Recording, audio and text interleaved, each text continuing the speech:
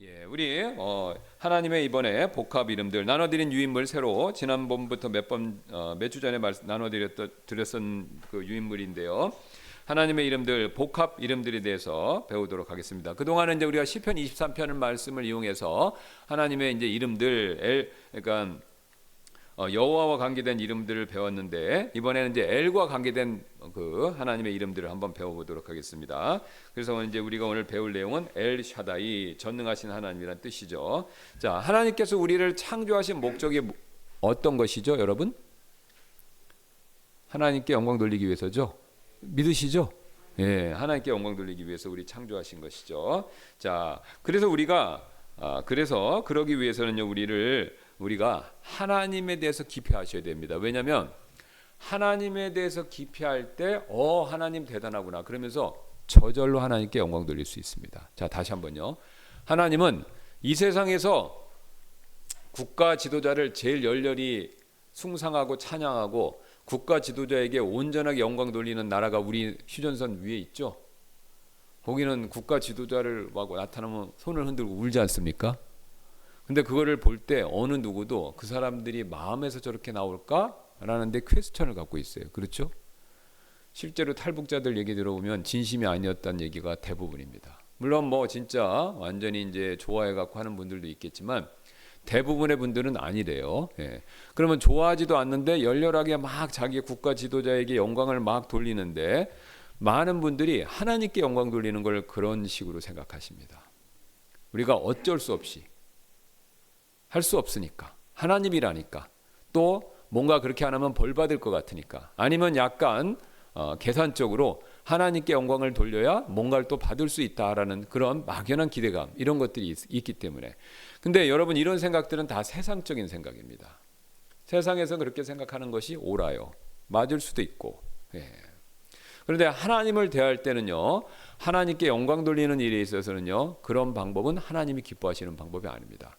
하나님은요, 진짜로 위대하세요. 그리고 진짜로 대단하시고 진짜로 훌륭하세요. 근데 왜 하나님의 그 훌륭하심이 잘 안 드러나냐면요, 사람들이 왜 잘 모르냐면요, 하나님은 너무 오래 참으세요. 또 너무 겸손하세요. 하나님은 자신의 위대하심과 대단함을 완전히 북한의 김정은이나 이런 사람들처럼 열렬히 광고하고 선전하실 수도 있는데 하나님은 굳이 그렇게 하시질 않습니다. 왜냐하면 겸손하시고 또 너무 오래 기다리시는 거예요. 만약에 내가 굉장한 부자고 굉장한 능력을 갖고 있고 굉장한 실력자다, 그러면 요즘 시대에서 뭐라고 얘기합니까? 자기 PR 시대. 자기를 막 드러내라, 그죠? 그래서 막 드러내갖고 자기를 따르게 하라. 이거 제일 잘하는 사람들이 누굽니까? 정치인들, 연예인들이죠. 예. 근데 하나님은 이런 방법을 쓰시지 않습니다. 이런 방법을 못하셔서가 아니라 누구보다도 잘하실 수 있는데 이런 방법을 쓰지 않으세요. 왜냐하면 그분은 굉장히 오래 참으시고 굉장히 겸손하시기 때문에 그렇습니다. 그럼 하나님은 어떻게 하나님께 영광 돌리게 하기를 원하시냐면요, 우리가 하나님을 알므로써 하나님의 위대함과 놀라움을 우리가 깨닫게 해주심으로써 우리 스스로 자발적으로 하나님의 놀라우심 앞에 탐복해서 하나님께 영광 돌리게 하시기를 원하시는 겁니다. 여러분, 우리 사람 중에서요, 진짜 훌륭한 사람이 누구냐면요, 자기는 대단하지만 그거를 잘 드러내지 않는 사람이에요. 자기가 조금 뭘 아는데 그걸 막 드러내서 자기 PR로 해서 사람들의 자기 시선을 주목하게 하고 직장이나 사회에서 막 사람들한테 인정받고 싶어하는 거, 이거 요즘 추세지 않습니까? 그런데 하나님은요, 그런 방법을 쓰시지 않고 이렇게 하기를 원하시는 거예요. 어떤 사람이 있는데 대단한 실력자예요. 근데 그 사람에게 우리가 그 사람을 천천히 알아가니까 생각보다 이 사람 너무 대단한 사람이네. 그걸 알면 알수록 그 사람에 대해서 어떻습니까? 더 신뢰하고 그 사람을 나중에 존경하게 돼 있거든요. 하나님은 사실 이런 후자의 방법을 쓰십니다. 그래서 하나님은요, 나를 힘써 알라는 얘기를 굉장히 많이 강조하시는 거예요. 그러니까 먼저 하나님은 오픈하시는 게 아니라 우리가 다가가서 하나님의 위대하심을 알고 그 결과 자발적으로 하나님을 높이게 하는 거, 이게 하나님이 원하시는 방법입니다. 그러니까 하나님 막 오픈했으면 꿇지 않을 사람 없어요. 그러나 하나님이 어느 면에서는 그것을 감추시기 때문에 믿지 않는 자들, 교만한 자들은 볼 수가 없는 겁니다. 대표적인 케이스 예수님 보세요. 교만하고요. 그 다음에 눈에 보는 거에 치중했던 사람들은요, 예수님의 위대하심을 못 봤어요. 물론 예수님이 기적과 능력을 베푸시는 것을 통해 그걸 봤지만 예수님의 진짜 위대하심은요, 그분 안에 있었던 겁니다. 어떤 위대하심입니까? 그분은 하나님이셨다라는 거예요. 그러니까 예수님이 그거를 직접적으로 드러내시지 않고 그것을 찾고 그 다음에 그것을 간구하는 사람들, 그래서 그분께 가까이 오는 자들에게만 자신의 어떠하심을 보여주신 거죠. 그게 제자들 아니겠습니까? 사도들이고요. 그래서 사도들은 예수님께 가까이 나가서 그분의 대단하심을 본 겁니다. 근데 그분이 베푸시는 기적들만 보고 빵을 먹었지만 떠나는 사람들도 많았죠. 유대인들은 예수님이 기적을 봤지만 예수님을 죽였습니다. 그러나 예수님의 제자들은 예수님께 가까이 나가서 동고동락하면서 그분의 어떠하심을 정말로 친밀하게 봤고, 그래서 그분의 위대하심을 깨닫고 그분이 주다라고 이런 고백을 했던 거죠. 그리고 그 고백에 자기의 목숨까지도 걸었던 거고요. 그게 진실이다라는 사실에 대해서.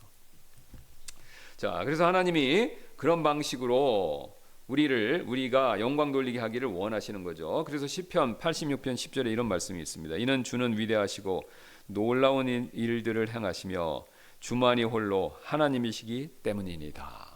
그러니까 우리가 평생 알아가야 될 숙제가 뭐냐면요, 하나님을 알아가는 일입니다. 그러니까 하나님을 알면 알수록요, 실망이 아니라 하나님을 알면 알수록 대단하고 놀랍고 신기하고, 그래서 그 하나님께 무릎을 꿇는 거, 이게 우리의 신앙의 여정입니다. 여러분 천국 갔으면요, 천국 갔을 때 눈의, 제가 여러 번 말씀드렸지만 우리가 천국 가면 야, 천국 얼마나 아름답고 대단할까 우리가 굉장히 기대되지 않습니까? 그런데 그 하나님이 그 기대되는 천국에 딱 들어가면요, 대단하다라는 것에, 그 천국의 아름다움에 대해서 대단한 것 때문에 우리가 탄성을 지르고 정말 놀래게는 것이 첫 번째겠지만요, 진짜 놀래는 건 두 번째 있습니다. 거기 가면요, 예수님과 하나님 영광을 직접 눈으로 봅니다. 그 영광을 봤을 때 압도당하는 겁니다. 압도당해요. 어떻게 알 수 있냐고요? 계시록 보면 사도 요한이 밤모섬에서 영광 가운데 계신 예수님 보니까 어떻게 됐어요? 죽은 자가처럼 엎드려졌다고 그러죠. 천국을 가면요, 하나님의 영광에 우리는 압도당합니다. 그래서 그 영광 앞에서 저절로 무릎을 꿇고 경배하고, 그 하나님이 나를 사랑하셔서, 이런 대단한 분이 나를 사랑하셔서 나를 아들을 보내주셔서 구원해 주셨다, 이 사실이 너무 가슴 벅차게 다가오는 겁니다. 지금은 이 땅에서는 우리가 방해하는 게 너무 많아서 그거를 충분히 느끼지를 못하고 우리가 생각을 못해서 그런데, 천국에는 방해받는 것이 없기 때문에 그거를 완전히 100%, 1000%, 10,000% 완전히 느끼는 겁니다. 24장로 아시죠?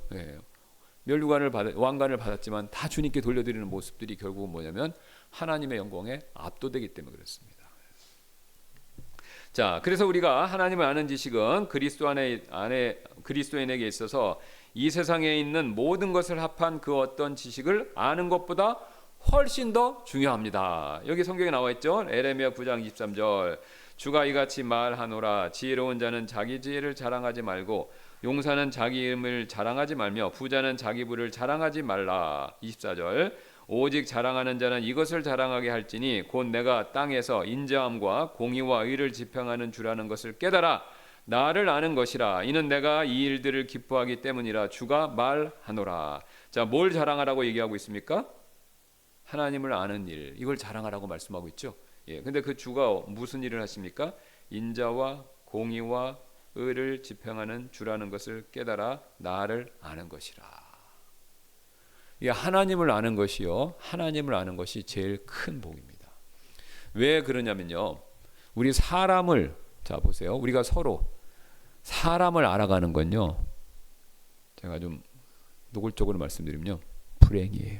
자, 다시 한번, 사람을 서로 알아가는 건요, 불행입니다. 결혼해 보신 분들은 아세요. 결혼해서 살면 처음엔 좋지만 서로를 알아가면요, 불행해져요. 왜 그렇죠? 우리 안에 있는 죄성을 서로 보니까. 대부분 참고 사는 거지, 그렇죠? 실망이 있지만 참고 용서하는 거지. 그 사람을 알면 알수록 나는 너무 좋다. 이 사람 훌륭하다. 정말 하나님 같다. 이렇게 얘기할 수 있는 사람은 아무도 없습니다. 그래서 인간이 인간을 알아가는 것은요, 사실 불행이에요. 그런데 우리가 하나님을 알아가는 일은요, 축복입니다. 왜요? 하나님 안에는 어둠이 없습니다. 죄가 없고요. 그래서 우리를 실망시켜 주시거나 우리에 대해서 하나님께서 야, 하나님 저거밖에 안 돼. 이렇게 얘기할 거리가 하나도 없으신 분이에요. 그래서 하나님을 알면 알수록 우리의 마음은 큰 기쁨과 즐거움과 만족과 정말 하나님을 알아가는 일이 큰 축복이다라는 것을 저절로 느끼게 되어 있습니다. 근데 왜 현실적으로 이게 잘 안 되냐? 우리가 하나님을 아는 지식에 있어서 왜곡된 부분이 많이 있어서 그렇습니다. 근데 그 왜곡된 생각들은 전부 다 세상으로부터 오는 거예요. 그러니까 세상의 지식이 무조건 나쁘다 이 뜻이 아닙니다. 제가 말씀드린 건 뭐냐면요. 세상의 지식은 세상에서 필요한 게 맞습니다. 그런데 그 세상의 지식과 원리를 가져다가 하나님을 아는데 아니면은 교회 안이나 신앙 안에 가지고 들어오면 그때부터 안 맞는 겁니다. 왜냐하면 영역이 틀리기 때문에. 그러니까 우리가 이제 세상 사람을 이해하는 방식으로 하나님을 바라보니까 실망이 있는 거죠. 그러니까 우리는 다 사람 관계에 있어서 상처를 받고 그 다음에 사람 관계에 있어서 부정적인 모습이 있다는 걸 너무나 잘 알기 때문에 선입견이 있어요. 그러니까 우리도 모르게 하나님에 대한 편견과 선입견이 있습니다. 그러니까 하나님에 대해 생각할 때 사람식으로 생각하는 편견이 있는데 그걸 나도 부지불식간에 갖고 있는데 그런 식으로 보니까 하나님에 대해서 실망하는 거죠. 그러니까 그런 편견과 선입견을 벗어나려면 성경에서 말하는 하나님을 보는 시각을 우리가 익히셔야 됩니다. 그러니까 하나님은 하나님이 원하시는 방식으로 하나님을 봐야 돼요. 인간은 인간적인 방법으로 인간을 보는 게 맞지만요. 하나님을 인간적인 방법으로 보시면 실패합니다. 자, 그래서 우리가 하나님을 아는 것이 그것을 굉장히 하나님이 중요하게 여기시고 우리에게 기쁨이 되는데 자, 이처럼 하나님을 아는 것이 중요한 일이며 하나님을 알 수 있는 가장 중요한 방법 중에 하나가 바로 우리가 지금 행하고 있는 하나님의 이름을 아는 거죠. 이름을. 왜냐하면 이름하면 그 사람의 어떠함이 쉽게 드러나지 않습니까? 제가 있는데 누누이 말씀드리지만 누가 다른 분이 저한테 이렇게 가는데 목사님 그러면 제 3자가 저를 몰라도 아 저분은 목사님이구나 그거 아는 거죠. 그죠? 그 다음에 이제 저희 아내는 그렇게 부르진 않는데 이제 제 아들이 민철인데 제 아내가 그렇게 부르진 않습니다. 민철이 아빠 딱 그러면 아 아들이 민철이구나 그걸 아는 거죠. 그죠? 모르는 사람도 그죠? 그러니까 이름을 부르는 걸 통해서 그 사람이 누군지를 쉽게 알 수 있습니다. 그리고 뭐 직장에 있으면 뭐 김 과장님 그러면 아 지나가는 사람이 저분은 회사에서 과장이구나 이걸 아는 거죠. 자, 그렇처럼 이름을 알면 그 사람이 어떤 사람인지 쉽게 알 수 있는데 하나님을 아는 방법도 마찬가지입니다. 이름을 아는 것이 하나님을 쉽게 알 수 있는 방법 중에 하나죠. 그래서 우리가 이름을 살피는데 오늘 바로 엘샤다이 전능하신 하나님 되겠습니다. 자, 때때로 우리는요 우리가 겪는 어떤 문제나 일을 크나큰 어려움을 느끼는 문제나 일에 있어서 크나큰 어려움으로 느끼는 경우가 있죠. 우리가 겪는 일들이 야 이거 너무 힘들고 정말 큰일 났다 곤란한 일이다 그렇게 느끼고 있는데 여러분 지금 문제가 굉장히 커 보이고 힘들어 보이지만 시간이 지나서 인생을 좀 사신 분들은 아시지만 시간이 지나서 뒤로 돌아가서 관망하시면 어떻습니까? 그때는 엄청 힘들고 정말로 죽어야 될 일일 것 같지만요 시간 지나면 어떻습니까? 아, 꼭 죽을 일은 아니었구나 이 생각 드시는 경우가 많죠. 사실 다 그렇습니다. 내가 정말로 무슨 병이 걸려서 정말 죽을 것 같고 막 그래서 인생을 사냐 마느냐 재정적인 어려움이 있어서 이거 정말 인생 포기해야 되나 말아야 되나 이런 생각들 막 있는데 시간이 어쨌든 흘러서 지나가서 보니까 그때 꼭 죽을 일은 아니었네 이런 생각 드실 때 있지요. 근데 사실 우리 인생 일이라는 게 거의 대부분 그렇습니다. 게다가 우리가 문제를 해결해 주시는 하나님이 이런 문제가 얼마나 하찮은 일이었던가 하나님께서 이런 문제를 얼마나 하찮게 여기시는가를 깨닫게 될 때가 많이 있죠. 자 보세요. 우리는 힘들었지만 시간이 지나 보니까 아 이거 그래 그때 힘들었지만 결국은 아주 힘든 문제는 아니었네 이렇게 생각을 하지 않습니까? 그러면 이제 하나님 입장에서 한번 생각해 보세요. 내가 그때는 하나님이 해결 안 해주시는 것 같으니까 엄청 하나님의 손이 짧았나 하나님이 나를 버리셨나 이런 생각이 들지만 시간이 지나서 보면 아 그 문제는 사실 하나님한테 아무것도 아니었네 이렇게 느끼실 때가 있지요. 하나님께는 어려운 일이 없구나. 이걸 우리가 또 시간이 지나서 느낄 때가 있습니다. 자, 그래서 사실 하나님은요 우리에게 도와주실 만한 충분한 능력을 가지고 계실 뿐만 아니라 우리를 돕고자 하는 마음을 충분히 갖고 계신 분입니다. 여러분 이걸 믿으셔야 됩니다. 이 두 가지를 꼭 믿으셔야 돼요. 첫 번째, 하나님은 우리를 어떤 어려움 가운데서도 어떤 방법을 통해서도 도와주실 수 있는 분이시다. 이걸 꼭 믿으셔야 됩니다. 근데 능력이 있어서 안 도와주면 소용없잖아요. 근데 하나님은 우리를 도와주기를 원하시는 분이시다. 하나님의 그 마음도 믿으셔야 됩니다. 이 두 가지가 항상 우리의 시험거리고요. 사탄이 항상 파고드는 부분이죠. 하나님이 정말 능력이 있으실까? 근데 하나님 정말 나를 도와주기를 원하실까? 이 두 가지죠. 이 두 부분에 대해서는 성경이 확고하게 얘기하고 있죠. 자, 이 두 가지를 한 번에 해결해 주는 하나님의 대답이 뭐냐면 하나님은 엘샤다이시다. 바로 전능하신 하나님이시다. 이 뜻인데요. 이 이름을 좀 설명을 드리면요. 이제 우리가 엘로힘과 샤다이 이 두 말이 합성화된 겁니다. 그 엘로힘은 뭐냐면 우리 잘 많이 들어보셨죠? 엘로힘이 뭐냐면 이제 우리가 킹 제임스 우리 한글 번역에서는 주님이라고 번역했던 거, 주님이라고, 주라고 그 굵은 글자체 말고 그냥 작게 주님이라고 했던 거, 그 주님이라고 했었을 때 얘기할 때 우리가 번역할 때 그 히브리어 말을 번역했을 때 엘로힘이라고 우리가 이제 그렇게 히브리 말을 번역한 것인데요. 이게 엘로힘이라는 뜻이 뭐냐면요, 강한 창조주 이 뜻입니다. 그 다음에 샤다이는 뭐냐면요, 전능자 이 뜻이죠. 그래서 이제 이 엘샤다이를 붙이면 뭐냐면 전능하신 하나님 이 뜻입니다. 엘만 붙이고 샤다이를 딱 합성시킨 이름이죠. 이 엘샤다이라는 이름이 처음 나오는 게 창세기 17장 1절인데 한번 가서 보시겠습니다. 아브라함이 99세였을 때 주께서 아브라함에게 나타나 이르시되 보세요. 나는 전능자 하나님 엘샤다이라. 너는 내 앞에서 걸으며 너는 완전할지니라. 이거 놀랍지 않습니까? 하나님이 아브라함 복 주신다고 부르셨는데 세 가지죠. 자손, 땅, 만민이 복, 만민 축복이죠. 근데 하나님 딱 부르셨어요. 부르시고 몇 년 기다리게 하셨습니까? 25년. 그리고 24년째. 이제 대년이면, 왜냐하면 애가 생기고 1년 걸리지 않습니까? 그러니까 사라가 수태하기 1년 전, 애를 갖기 1년 전에 딱 24년째 나타나셔서 하나님이 자기를 드러내셨는데 하필 그때 사용한 이름이 뭡니까? 엘샤다이. 전능자 하나님이라는 거예요. 그럼 왜 하필 하나님 여기서 전능자 하나님을 얘기하셨습니까? 지금 보세요. 아브라함은 75세까지 애가 없습니다. 가만히 보니까 남자에게 문제가 있는 게 아니에요. 왜냐하면 하갈을 통해서 애를 낳은 거, 이스마엘을 낳은 거 보니까 여자 쪽에 문제가 있는 거죠. 사라가 문제가 있는 거예요. 그런데 아브라함도 이제 75세에서 99세까지가 됐고, 사라는 원래 문제가 있는데 지금 사라 역시도 나이가 많이 먹었죠.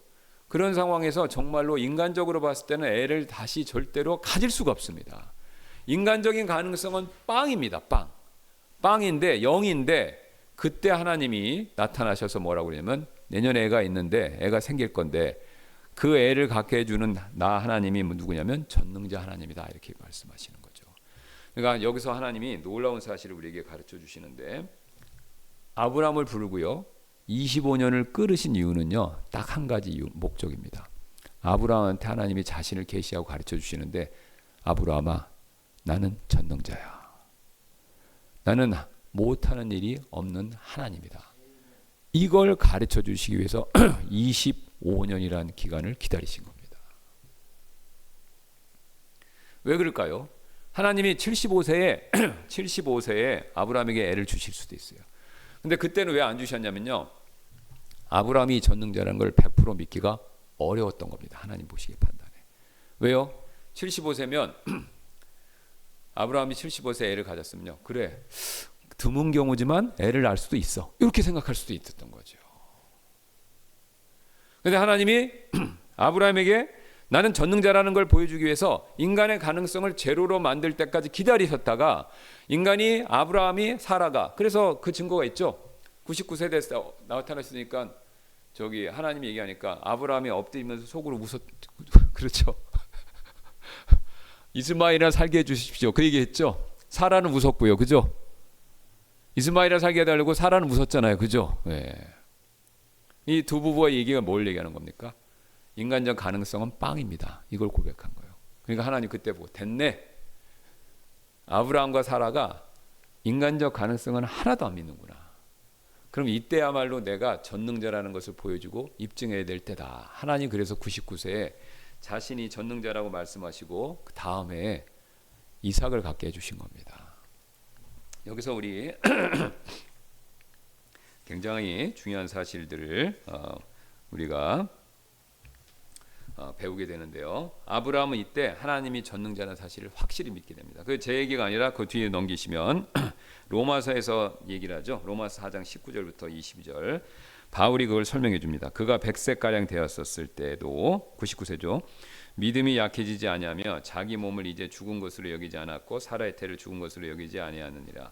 그가 불신을 통해 하나님의 약속에 대해 흔들리지 아니하였고 오히려 믿음 안에서 강하게 되어 하나님께 영광을 돌리며 그분께서 약속하신 그것을 그분께서 또한 행할 수 있다는 것을 온전히 확신하였느니라. 그러므로 그것이 그에게 의로 전가되었느니라. 이거는요, 전능자 하나님이라 얘기하고 아브라함이 그 믿음을 전능자 하나님을 믿은 거예요. 그러니까 믿었으니까 뭐라고 얘기해요? 믿음이 약해지지 아니하고 자기 몸을 이제 죽은 것을 여기지 않고 사라의 태를 죽은 것을 여기지 않게 된 것이죠.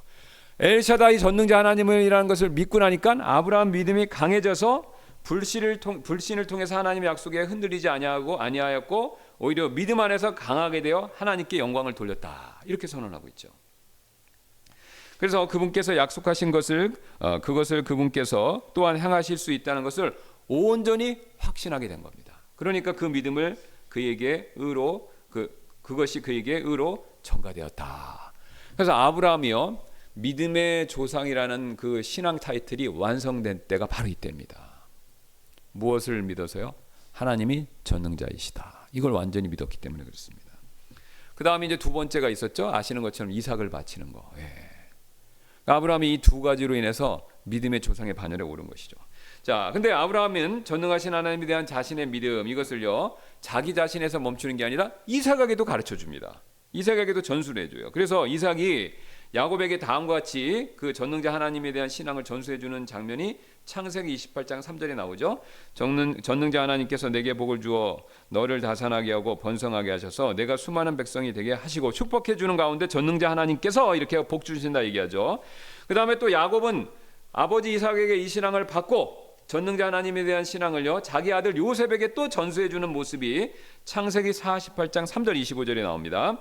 야곱이 요셉에게 이르되 전능자 하나님께서 가나안 땅 루스에 내게 나타나셔서 복을 주시고 25절 그것은 곧 내 아버지 하나님으로 말미암나니 그분께서 너를 도우실 것이요 또 전능자로 말미암나니 그분께서 내게 복을 주실 것이로되 위로 하늘의 복과 아래의 기품의 복과 젖가슴의 복과 태의 복이로다. 자, 이처럼 여러분 아브람, 이삭, 야곱 이 세 사람이 하나님에 대한 신앙 고백 공통점이 나왔습니다. 뭐죠? 하나님은 전능자이시라는 거예요.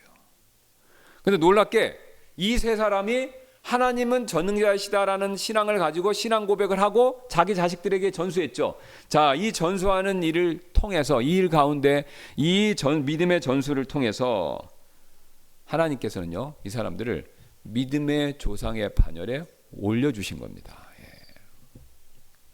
자, 그래서 출애굽기 6장 3절에 이렇게 얘기하죠. 하나님께서 자신이 전능하신 하나님, 전능자이시라는 사실을 아브라함, 이삭, 야곱이 알기를 원하셨다라는 내용을 출애굽기 6장 3절에 모세에게 이렇게 가르쳐 주십니다. 내가 아브라함과 이삭과 야곱에게 전능자 하나님의 이름으로 나타났으나 나의 이름 여호와로는 그들에게 알리지 아니하였느니라. 여호와라고 알려준 건 최초의 누구예요? 지금 모세. 그죠? 스스로 계신 자라고 가르쳐줬죠. 떨기나무 가운데. 그전에는 아브라함, 이삭, 야곱에게는 누구라고만 가르쳐 주셨어요? 전능자 하나님. 그런데 이 전능자 하나님이란 신앙만 갖고 있었음에도 불구하고 이 세 사람은요, 믿음의 조상이다. 이렇게 불리는 겁니다. 자, 그래서 우리가 아브라함, 이삭, 야곱 믿음의 조상, 큰 믿음을 가진 사람이라고 우리가 다 인정하지 않습니까?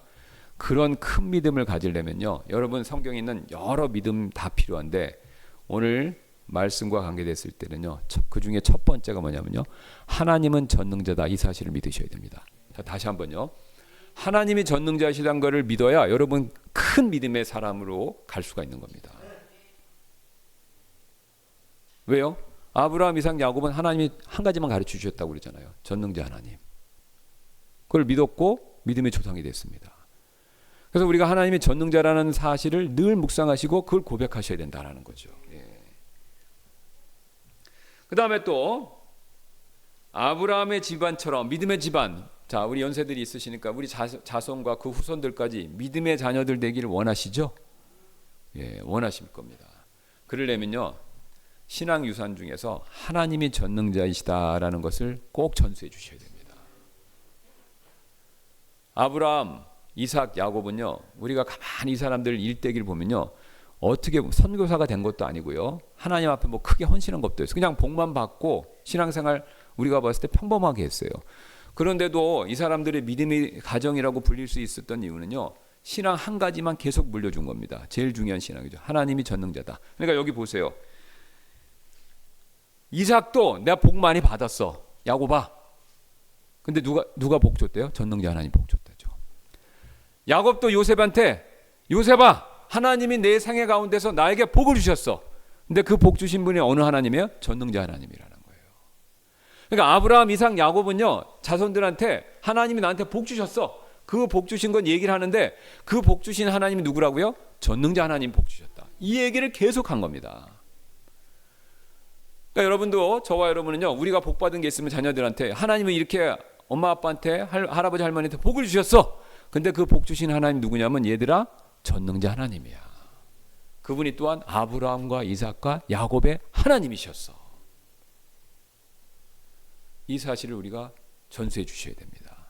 그래야 우리 자녀들이 내 힘과 내 능력으로 잘됐다라는 교만한 생각을 갖지 않을 수 있습니다.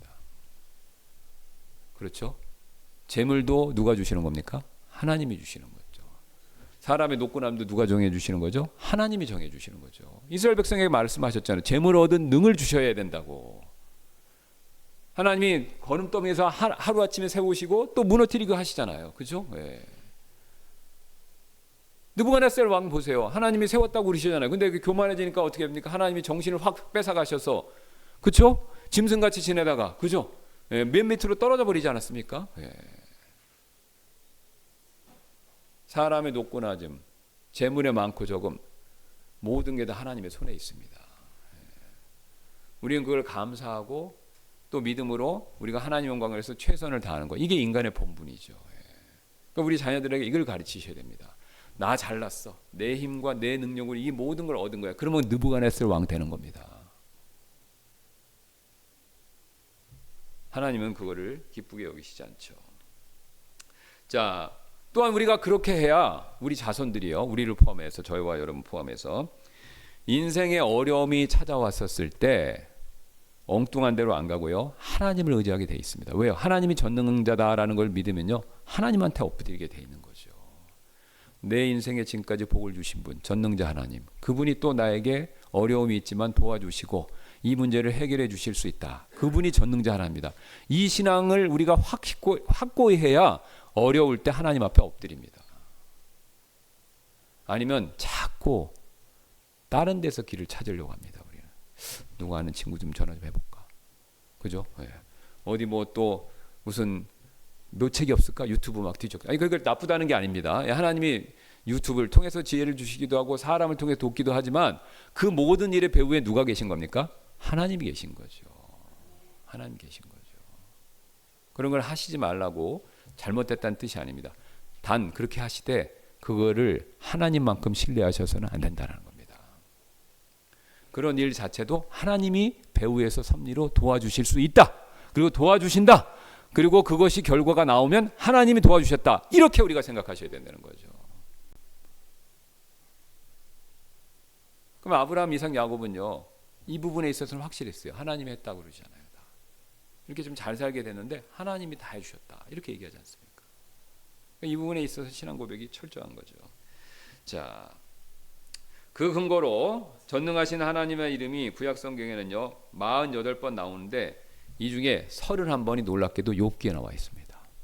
욥기는 무슨 책이죠? 고난의 책이죠. 욥이 고난받을 때 하나님에 대해서 막 씨름했는데 그 하나님이 누구예요? 전능자 하나님에 대한 씨름이었습니다. 그래서 욥기 22장 26절에 이는 그때 내가 전능자를 기뻐하며 내 얼굴을 하나님을 향해 들어 올릴 것이기 때문이라. 그때 전능자께서 여전히 나와 함께 계셨으며 그때에는 내 주위에 내 자녀들이 있었고. 자, 욥은 모든 걸 다 잃었죠. 그런데 그 모든 것을 잃었지만 그 모든 것들 가운데서 자신을 다시 소생시켜 주실 수 있는 분은 전능자 하나님밖에 없다. 이거를 명확하게 고백한 겁니다. 지금 주신 분도 하나님이요, 가져가시는 분도 하나님이다.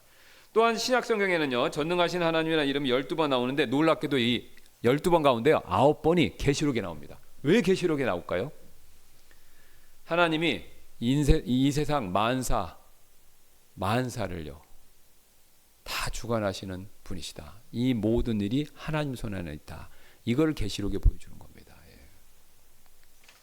그래서 우리 거기 보시면 계시록 1장 8절에 이렇게 말씀하지 않습니까? 지금도 계시고 전에도 계셨으며 장차 오실 주 곧 전능자께서 그다음 뭐라고 잘하시는 말씀이죠. 나는 알파와 오메가여 시작과 끝이라. 보세요. 알파, 오메가, 시작과 끝. 이 모든 걸 주관하시는 분이 누구시라고요? 전능자 하나님이십니다. 그 다음에 19장 6절 할렐루야, 이게 우리가 이제 할렐루야 송이라고 그러죠. 또 내가 들으니 큰 무리의 소리 같고 많은 물들의 소리 같으며 강력한 천둥들의 소리 같은 음성이 있어 이르되 할렐루야, 이는 전능자 주 하나님께 통치하시기 때문이라. 여러분, 하늘에 가면요 하나님이 만사 주무르신다는 거 눈으로 똑똑히 봅니다. 여러분, 제가 청와대 오픈했을 때 가보셨어요? 네, 청와대 한번 가봤는데 가보니까 야, 이게 집무실이니까 여기서 우리나라의 모든 일을 대통령이 주관하고 주물렀구나. 요 자리에서 그게 딱 들어오더라고요. 청와대 가보니까 거기에서 이게 하더라고요. 제가 백악관은 못 가봤어요. 앞에까지는 가봤는데 백악관은 못 들어가지 않습니까? 그 백악관 집무실에 대통령이 앉는 집무실이 있잖아요. 거기를 만약에 들어가 본다면 야, 여기서 미국 대통령이 세계를 주무르는 거라 이거 보겠죠. 그죠? 천국에 딱 가니까요 하나님 왕자 앞에 가면요 거기서 보는 겁니다. 하나님이 이 세상을 주무르고 그동안 주무르시고 지금 주무르시고 앞으로도 주무르시겠구나. 이걸 눈으로 딱 보는 겁니다. 그러니까 할렐루야, 모든 영광이 하나님께. 이렇게 우리가 찬송을, 영광을 안 돌릴 수가 없습니다. 미국 대통령 집무실에서 우리가 모르는 정보들 막 오픈해놓고 막 회의하고 이런 거 딱 보면요, 야, 미국 대통령 역시 힘세네. 또 우리나라 대통령이 막 주관하는 거 보면 역시 우리 한국에서는 대통령이 제일 높구나. 이거 느끼지 않습니까? 천국 가면 똑같습니다. 천국 가면 이렇게 되겠죠. 하나님이 모든 것을 다 주관하십니다. 자, 그래서 우리가 이것에 대한 확신이 있어야 우리가 하나님께 전능자 하나님께 도움을 간구할 수 있죠. 자, 근데 이제 조건이 있습니다. 뭐가 있냐면요, 죄를 멀리하셔야 됩니다. 죄를 멀리하셔야 돼요. 자, 거룩하신 분이기 때문에 죄인을 가까이 하지 않으시죠. 그래서 우리가 죄가 있으면, 그릇이 깨끗하지 않으면 그 하나님의 전능자 하나님의 도움을 받기에 제약이 있습니다. 그게 근거가 뭐가 있냐면요, 우리 창세기 17장 1절 보겠습니다. 아브라함이 99세였을 때 주께서 아브라함에게 나타나 이르시되 나는 전능자 하나님이라. 너는 내 앞에서 걸으며 너는 완전할지니라. 전능자 하나님이 나타나서 뭐라고요? 아브라함, 너한테 복 줄 건데, 도와줄 건데 완전하게 걸으라는 거예요. 그렇죠? 완전하게 걸으라는 겁니다. 깨끗해야 된다 이 뜻이죠. 그 다음에 고린도후서 6장 17절 18절이 더 분명히 보여주죠. 그런즉 너희는 그들 중에서 나와 분리하고 부정한 것을 만지지 말라. 주가 말하노라. 그리하면 내가 너희를 받아들여 너희에게 아버지가 되고 너희는 내 아들들과 딸들이 되리라. 주 전능자가 말하노라 하셨느냐. 지금 전능자 말하는데 뭘 얘기합니까? 앞에서 뭘 말씀하셨어요? 분리하고 부정한 것을 만지지 말라는 거죠. 예. 그럼 아버지와 아들과 딸들이 된다. 이사야서 59장에 놀라운 말씀이 있죠. 오직 너희 불법들이 너희와 너희 하나님 사이를 분리시켰고 너희 죄들이 그분의 얼굴들을 너희에게 숨겼으므로 그분께서 듣지 아니하시리라. 그러니까 우리가 죄악이 있으면 하나님이 듣지 않으신다. 이거 분명히 말씀하시는 거죠. 자, 그 다음에 마지막으로 시편 91편 전체인데요. 1절만 제가 읽고 마무리하도록 하겠습니다. 거기 보시면요, 지극히 높으신 이의 은밀한 곳에 거하는 자는 전능자의 그늘 밑에 거하리로다. 그러면서 이 전능자의 그늘 밑에 거할 때 하나님이 우리를 어떻게 보호해 주시는지 내용이 이 시편 91편에 쭉 나옵니다. 그러니까 이렇게 시작하죠. 내가 주에 관하여 말하리니, 그 전능자 하나님에 대해 관하여 말하리니 그분은 나의 피난처시며 나의 요새시여 나의 하나님이시니 그분을 내가 신뢰하리라 하리로다. 그러면서 역병에서 온갖 어려움과 불행으로부터 우리를 지켜주시는 내용이 쭉 이어지지 않습니까? 예, 시간이 없어 제가 읽지는 않겠지만 꼭 한번 묵상하세요. 예. 그래서 우리가 어렵고 힘들 때마다요, 이 시편을 읽으시면 참 좋습니다. 어떤 하나님이요? 전능자 하나님의 그늘 밑에 그 밑으로 피하는 것이 우리에게 있어서 가장 큰 위로와 모든 문제의 해결책이 됩니다. 이 사실을 믿고 항상 믿음으로 승리하시는 저와 여러분 되시기를 주님의 이름으로 소원합니다. 기도하고 마치겠습니다.